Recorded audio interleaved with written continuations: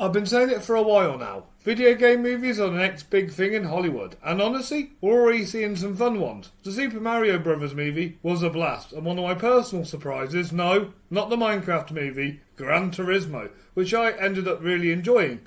But then there's Borderlands, which we'll just pretend doesn't exist. So when I heard that Until Dawn, a horror film based on a video game, was on the way, I thought, this could be the perfect crossover for two massive trends. What is this? A crossover episode? But did it live up to the hype? Let's break it down. Here are my thoughts on Until Dawn.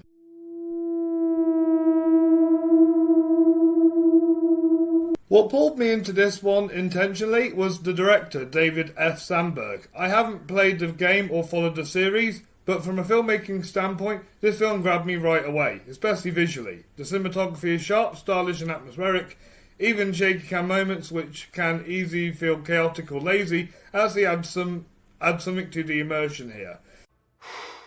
Boy, that escalated quickly. I mean, that really got out of hand fast. The editing is another big win. It leans into the game's concept and creates a layered storytelling experience. Some of the more fragment glitches cut may seem jarring, but they work well within the story and the tone. Cool, yeah, if it ain't broke. Now, story-wise, I think they did a solid concept to play.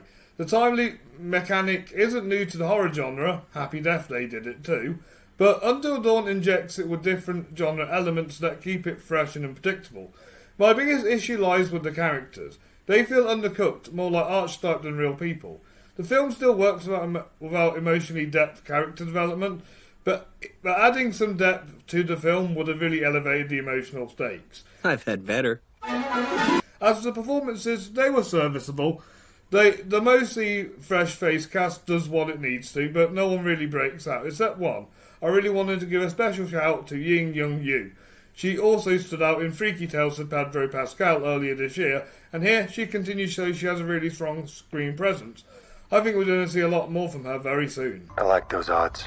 Before I give you my final thoughts on Until Dawn, I just want to remind you guys to hit that like button, subscribe to Fright, Flix, and follow us on social media so you don't miss a single scare. Have you seen Until Dawn? What did you think to it? And if you played the games, how does the movie stack up? I'd love to hear your thoughts in the comments down below. Now, back to the review. But I want it now! Overall, Until Dawn is an engaging horror flick that stands out thanks to its visuals, editing style and intensive use of a familiar present. It falls short when it comes to character work and standout performances, but it's still a fun ride that might just make me want to check out the game it's based on. I'm giving Until Dawn a rating of a 4 out of 5 stars and an 8 out of 10. Thank you all for watching today's video. If you haven't seen Until Dawn yet, check it out and form your own opinion. And if you're new to the channel, please explore all my past videos. We've covered a ton of horror gems and disasters alike. I'll see you next time when I dive into a horror film with a seagull creeping just round the corner.